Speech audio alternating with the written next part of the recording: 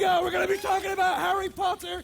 We're going to be talking about the newest version of the game. It's the greatest thing that they've ever done with Harry Potter at this show. I guarantee it. We're going to introduce you to two guys.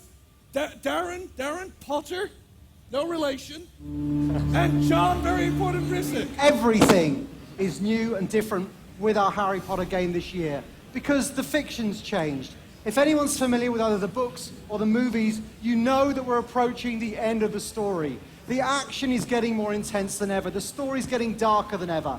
And that is the story we're telling this year with Harry Potter and the Deathly Hallows Part 1. So if you want to fire it up, okay, we're going to show you a mission from around the midpoint of the game. And what you'll see immediately is we've got a third-person camera angle this year. And we've got a game that is based around combat. There's more in it than combat, but we're going to show you a lot of combat in the demo today. So Darren is going to start off by using a few spells. Actually, Darren, do you mind if I call you Harry for the duration of the demo? Okay. So Harry's going to kick us off with a few spells. It looks like it's very violent. It is. It's more action-packed than it's ever been before. Wow, he like shot the heck out of it. He did, and the cool thing about this is we've got enemies who apparate, and that kind of means like teleporting. They apparate in and out of the world. Something very unique to the Harry Potter fiction, and makes for very dynamic gameplay. He's behind cover. Yeah, I'm glad you asked me that as well. It's like Gears of Wands. You may call it that. We would call it Harry's dynamic cover system, but that's okay. So we're taking cover here, and we're taking out the bad guys. And Harry is going to work his way through the level. And the objective of this level is to actually get to these cooling towers that you'll see in the distance. There are some wizards that Harry's got to protect from Voldemort's evil hordes. So we're going to work our way through the level now. What you'll see here is our spell wheel. So we've loaded up the spell wheel with 6 spells just for the purpose of this demo. We'll have a lot more than that for the final game. And we'll show you how most of these are going to work. All of our cover is destructible, as you'll see here, and we're going to take these guys out with a Crucio spell. Crucio spell is a rapid-fire spell, very cool, kind of difficult to keep hold of. There's a lot of recoil there. Like a machine gun. Well, you may call it a machine gun. I would call it a rapid-fire spell, but if you want to call it a machine gun, that's fine, Paul. So what we're going to do here is we've got to blast our way through this barrier ahead of us. So we're going to use a blasting spell, and that blasting spell is called Confringo. Pretty powerful stuff. It's like a rocket launcher. I think you're making a first-person shooter. I possibly couldn't say, but actually we're going to use it. It's a blasting spell in Harry's world. So we're going to make our way through the environment. And what we've got to do is try to get through the warehouse here. We're going to climb the stairs, and Harry's going to survey the scene at the top of the stairs.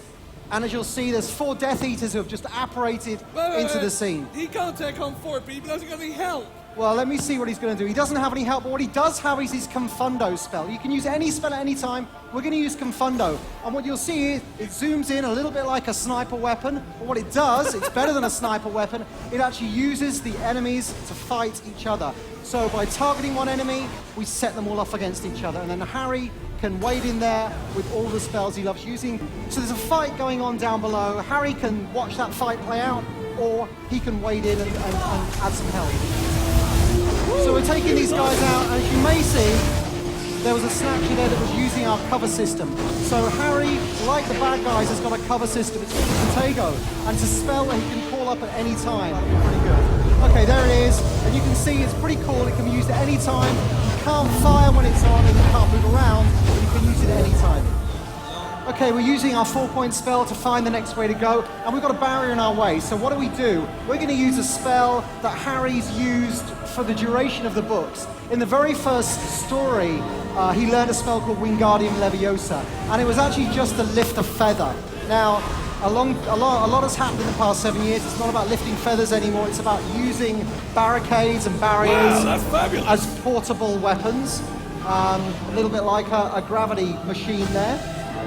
So we're taking out the bad guys still as we work through the level. And remember, if anyone wants to play the game following the demo, we've got 4 pods over there and 4 demoers if you just want to watch, or you can get hands-on and play. We're very happy for anyone to come up and play the game this year. This isn't a game about learning potions. It's not a game about taking classes. It's not a game about playing Quidditch. It's an action game. So Harry is out in the wilds on the run. This scene actually takes place, it's actually just on the edge of the Forest of Dean in the UK, which is a real place. And these are some cooling towers, as I said before. It takes place around the midpoint of our game. And the level you're seeing here is Harry playing on his own.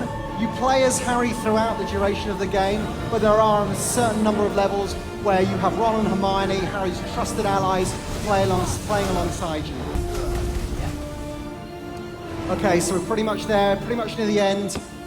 We're near where those wizards are, and the Dementors have got them. Ooh, scary Dementors. If anyone remembers these guys from the films, they are pretty scary. We've got one of them on our video. I think you may have seen that earlier on. It's all going weird around So the it's screen. all going weird around the screen, and that's symbolic of the life being sucked out of the world by the Dementors. That's what they do. They suck at your soul. They'll suck at Harry's soul, and that's what we're representing. So there's no health bar in the game. You'll see the color was being drained from the game as Harry was taking hits earlier on, and this is very representative of the effect that Dementors have, sucking the world, making everything cold. So Harry's got to use the Patronum spell. That's something that's true to the fiction, it's true to the books and the movies. It's a signature spell for Harry. Harry's one of the only wizards who can use this spell. It's very powerful, and he's just got to keep using it to try to take down these Dementors. We're nearly there. We're nearly there. So we've taken out one wave, but there's more. There's more to come, as you can see, and they're swirling down the cooling tower, and that is the end of the game. Does Harry survive? If you want to find out if Harry survives, you have to go play the game. So we've got pods over just behind the Sims 3 Ambitions, another fantastic game over there. Go play and have some fun. What Thank do you we very think, Harry much. Potter? Thank you very much, John.